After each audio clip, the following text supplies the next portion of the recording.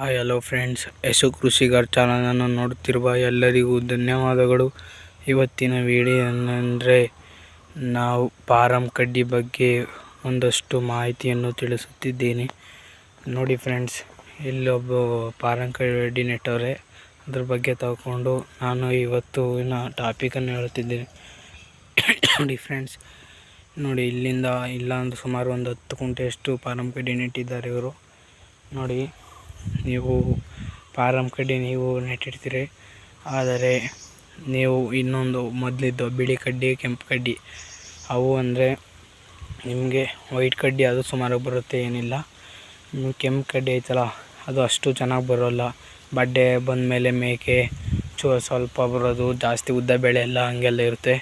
ಇಲ್ಲಿ ನೋಡಿ ಫ್ರೆಂಡ್ಸ್, ಇದು ವೈಟ್ ಕಡ್ಡಿ. ಈಗ ಸುಮಾರು ಒಂದು ಅರ್ಧ ವರ್ಷ ಆದಮೇಲೆ ಬಂದಿರೋ ಕಡ್ಡಿದು. ಇಲ್ಲಿ ನೋಡಿ, ಇನ್ನೂ ಬೆಳೆಯುತ್ತೆ, ಕಬ್ಬಿನಂಗೆ ಆಗುತ್ತೆ ಇದು. ನೋಡಿ ಫ್ರೆಂಡ್ಸ್, ಸುಮಾರು 10 ಕುಂಟೆಯಷ್ಟು ಅದು ನೆಟ್ಟವ್ರೆ. ಇಲ್ಲಿ ನಾನು ಏನಪ್ಪ ಹೇಳೋದು ಅಂದರೆ, ಇಲ್ಲಿ ನಿಮ್ಗೆ ತಿಳ್ಕೊಬೇಕಾಗಿರೋ ವಿಷಯ ಏನಂದರೆ, ಈ ಕಡ್ಡಿ ನೀವು ನಳ್ಳಲ್ಲಿ ನೆಟ್ಟರು ಚೆನ್ನಾಗಿ ಬರುತ್ತೆ, ಮತ್ತು ನೀವು ಯಾವುದೇ ಜಾಗದಲ್ಲಿ ನೆಟ್ಟರು ನೀರಿಲ್ಲ ಅಂದರೂ ತಡೆಯುತ್ತೆ. ಏನೋ ಜಾಸ್ತಿ ನೀರು ಬಿಡಬೇಕಾಗಿಲ್ಲ. ಆಮೇಲೆ ಹಸುಗಳು ಚೆನ್ನಾಗಿ ತಿನ್ನುತ್ತೆ. ಆಮೇಲೆ ಕೊಯ್ಯೋಕ್ಕೆಲ್ಲ ಸುಲಭ. ಆಮೇಲೆ ಕಡ್ಡಿ ಕಟ್ ಮಾಡೋ ಮಿಷಿನ್ ಹಾಕಿದ್ರೆ ಅದು ಎಷ್ಟೇ ಬಲ್ತಿದ್ರು ಚೆನ್ನಾಗಿ ಕಟ್ ಮಾಡುತ್ತೆ.